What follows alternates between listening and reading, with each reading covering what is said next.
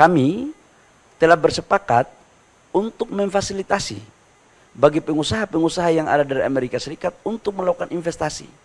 Jadi katakanlah mereka mau bangun smelter di Indonesia untuk nikel, kita akan dorong, kita akan kasih ruang yang sebesar-besarnya, sama juga dengan negara lain. Untuk menindaklanjuti tentang poin-poin kesepakatan yang telah ditandatangani oleh Bapak Presiden Prabowo dan Bapak Presiden Amerika Pak Trump terkait dengan perjanjian dagang kita, izinkan saya untuk menyampaikan beberapa hal penting terkait dengan isi dan substansi dan langkah-langkah strategis. Secara kebetulan kemarin sudah dijelaskan oleh Menko, dan sekarang kami akan menjelaskan secara teknis pada tataran implementasi. Bapak Ibu semua, kita tahu bersama bahwa dalam perjanjian tersebut telah dimuat secara jelas bahwa untuk memberikan keseimbangan neraca perdagangan kita, maka kita dari sektor SDM akan membelanjakan kurang lebih sekitar 15 miliar US dollar. Dari 15 miliar US dollar ini terdiri dari membeli BBM jadi, kemudian LPG dan crude. Sudah barang tentu ini adalah merupakan langkah sejarah baru, kita membeli dalam jumlah yang besar. Dan nanti akan dijelaskan oleh Dirut Pertamina tentang teknis implementasinya. Bapak Ibu semua, 15 miliar US dollar yang kita alokasikan untuk membeli BBM di Amerika Serikat bukan berarti kita menambah volume impor. Namun kita menggeser sebagian volume impor kita dari beberapa negara. Di antaranya negara dari Asia Tenggara, Middle East, maupun di beberapa negara di Afrika. Secara keseluruhan, neraca komoditas daripada pembelian BBM kita dari luar negeri itu sama. Cuma kemudian kita geser. Dalam prakteknya nanti, pembelian ini sudah tentu akan memperhatikan mekanisme-mekanisme keekonomian yang saling menguntungkan. Baik menguntungkan kepada pihak Amerika Serikat dan badan usahanya, maupun dari pihak Indonesia. Kita tahu bahwa impor kita cukup besar di LPG, kurang lebih sekitar 7 juta ton per tahun. Dan salah satu yang selama ini sudah kita lakukan juga adalah sebagian kita ambil dari Amerika. Tapi volumenya kita akan naikkan.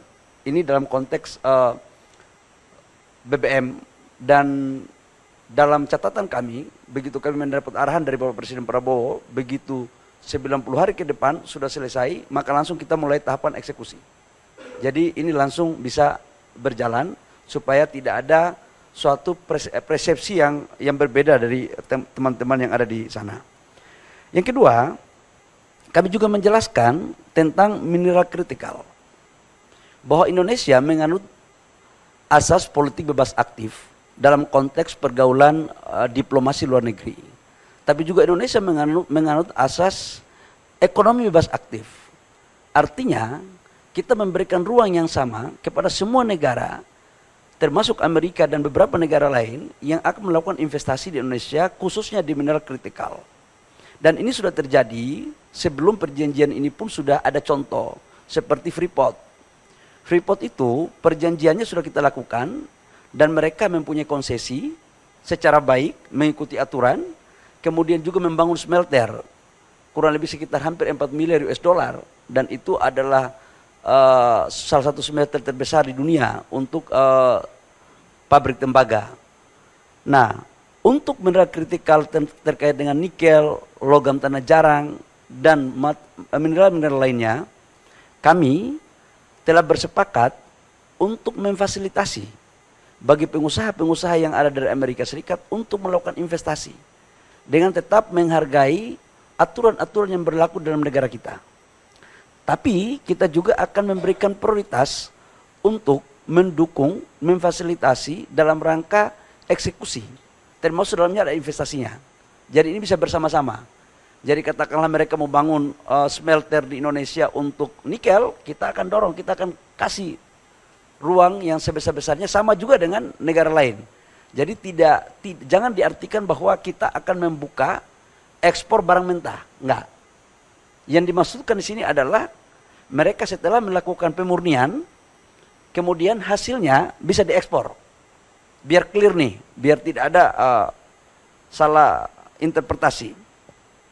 Yang berikut, Bapak Ibu semua, saya juga menjelaskan bahwa dalam konteks perolehan terhadap wilayah-wilayah pertambangan yang ada, kami setelah ini kami akan menawarkan kepada mereka mana perusahaan-perusahaan yang ingin masuk dan kemudian kita fasilitasi. Dan saya sudah melakukan pemetaan terhadap lokasi-lokasi yang prospek, karena kita juga harus membangun, menjaga hubungan yang sudah sangat baik ini.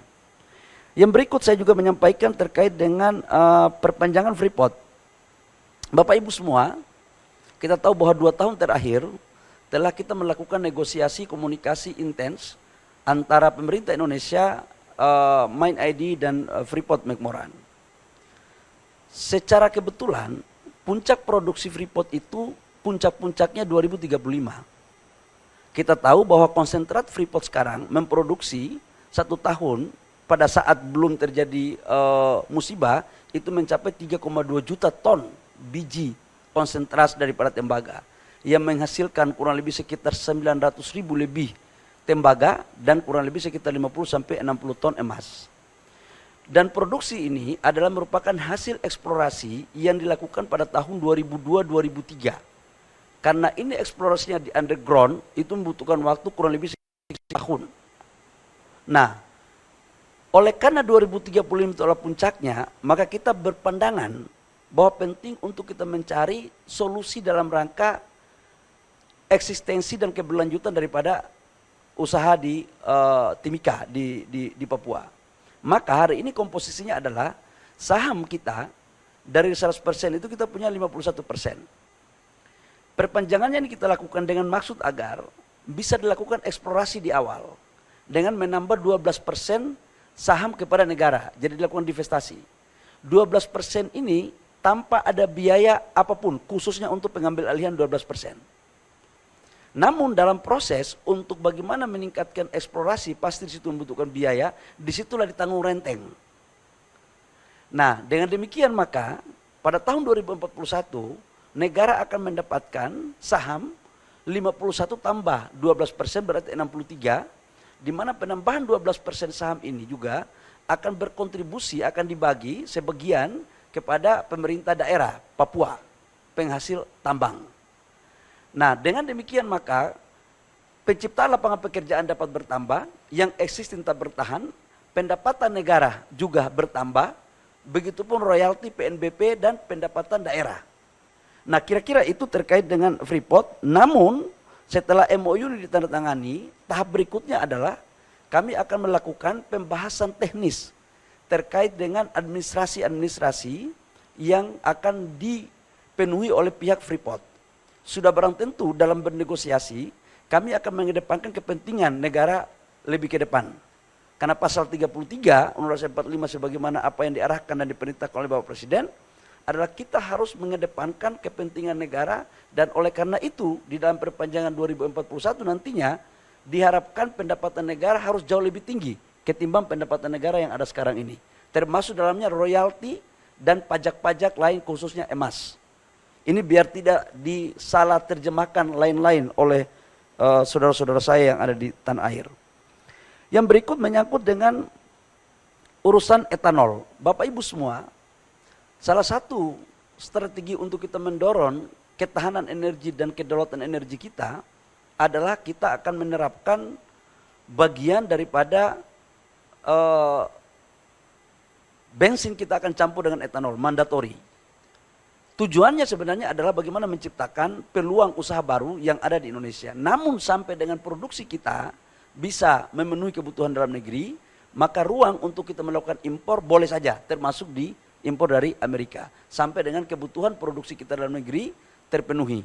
Ini paralel aja sebenarnya, paralel aja biasa.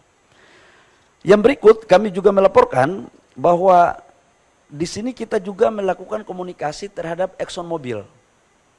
ExxonMobil ini salah satu perusahaan minyak Amerika Serikat yang sudah 100 tahun lebih yang beroperasi di Indonesia. Dan mereka adalah salah satu penyumbang lifting terbesar selain Pertamina. Hari ini lifting mereka kurang lebih sekitar 170.000 sampai 185.000 barel.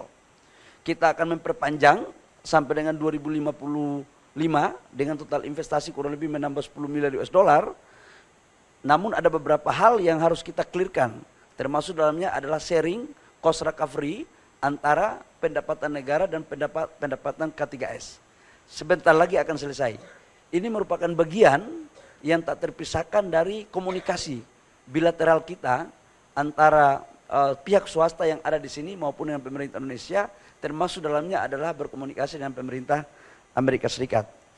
Saya pikir itu beberapa hal yang perlu saya sampaikan terkait dengan persoalan tindak lanjut daripada apa yang disepakati yang sudah ditandatangani oleh Bapak Presiden Prabowo dan Bapak Presiden Trump.